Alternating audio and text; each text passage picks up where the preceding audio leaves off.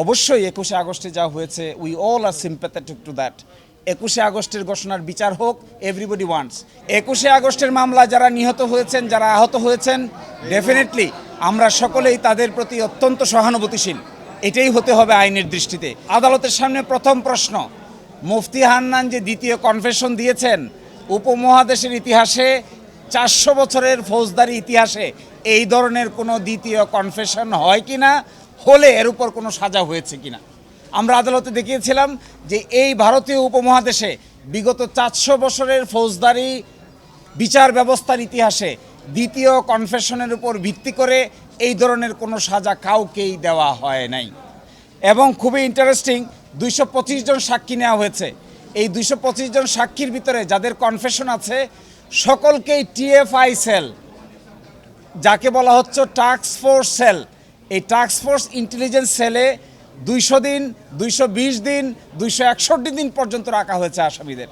ফলে তাদের কনফেশনের আইনগত কোনো মূল্য নাই। এবং আরেকটি ইন্টারেস্টিং প্রশ্ন এখানে আছে, এই টিএফআই সেলে যাদেরকে রাখা হয়েছিল, টর্চার করা হয়েছে যাদের, তারা একজন বলেছে আরেকজনকে দেখেছে, শুনেছে, কিন্তু কি কথা হয়েছে, কি কনস্পিরেসি হয়েছে তার কোনো উত্তর দিতে পারে নাই।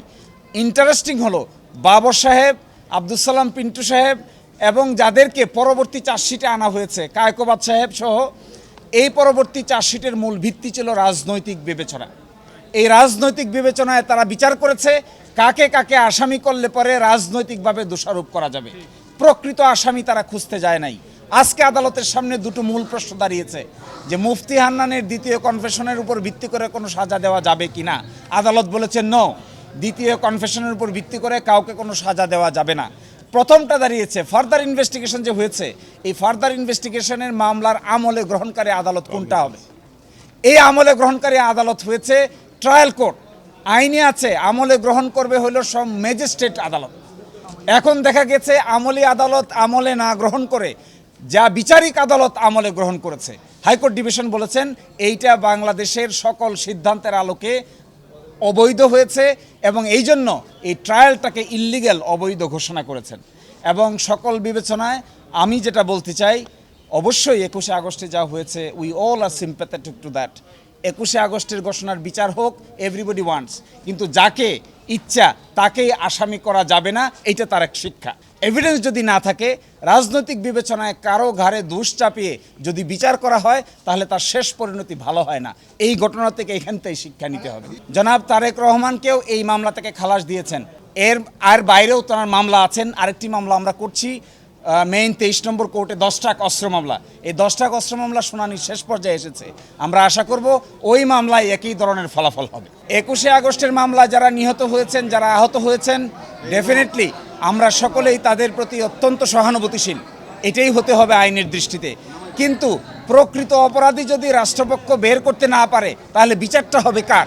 ১০০ মানুষও যদি খালাস পেয়ে যায়, নিরপরাধ একজনকেও আমরা সাজা দিতে পারি না। এই আইনের অধীনে যারা নিহত হয়েছেন, যারা পঙ্গু হয়েছেন, যারা জীবন হারিয়েছেন, গুলিবিদ্ধ হয়েছেন, সবার প্রতি we have very close sympathy and empathy to them. কিন্তু এই বলে বাবর সাহেব, এই বলে তারেক রহমান সাহেব, এই বলে মুজাহিদ সাহেব, এই বলে সালাম পিন্টু সাহেব, যাকে ইচ্ছে তাকেই আপনি সাজা দিতে পারবেন না।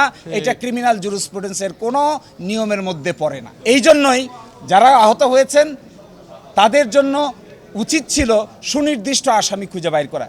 সুনির্দিষ্ট আসামি না খুঁজে আমরা খুঁজেছি রাজনৈতিক প্রতিপক্ষ। রাজনৈতিক প্রতিপক্ষ খুঁজতে গিয়ে সুনির্দিষ্ট আসামিরা তার সহযোগিতা নিয়ে ফাঁক তালে বেরিয়ে গেছে, আমরা তা খুঁজতেও যাইনি। এই জন্য এইভাবে টর্চার করে, ক্রিমিনাল জুরিসপ্রুডেন্সকে ব্যবহার করে যাকে ইচ্ছা তাকে সাজা দেওয়ার যে নীতি, এই নীতি কোনো সরকারের আমলে কারো জন্যই প্রযোজ্য হওয়া উচিত নয়। জি, তারা যারা ভিকটিম হয়েছেন, যারা এই মামলায় হয়েছেন, তাদের জন্য প্রপার ইনভেস্টিগেশন হবে কিনা, that totally depends upon the state. রাষ্ট্র সেটি দেখবে। কিন্তু আমাদের কথা হলো, কাউকে আপনি পান না কে আসামি হবে। বিচারিক প্রক্রিয়ায় তার এই খালাসের বিরুদ্ধে যা ইচ্ছে তা করতে পারবে তারা, কিন্তু এটা ডিপেন্ডস করবে যারা এইখানকার আসামি ছিলেন কিংবা যারা ইনফরমেন্ট ছিলেন তাদের পরবর্তী লিগ্যাল পদক্ষেপের উপরে।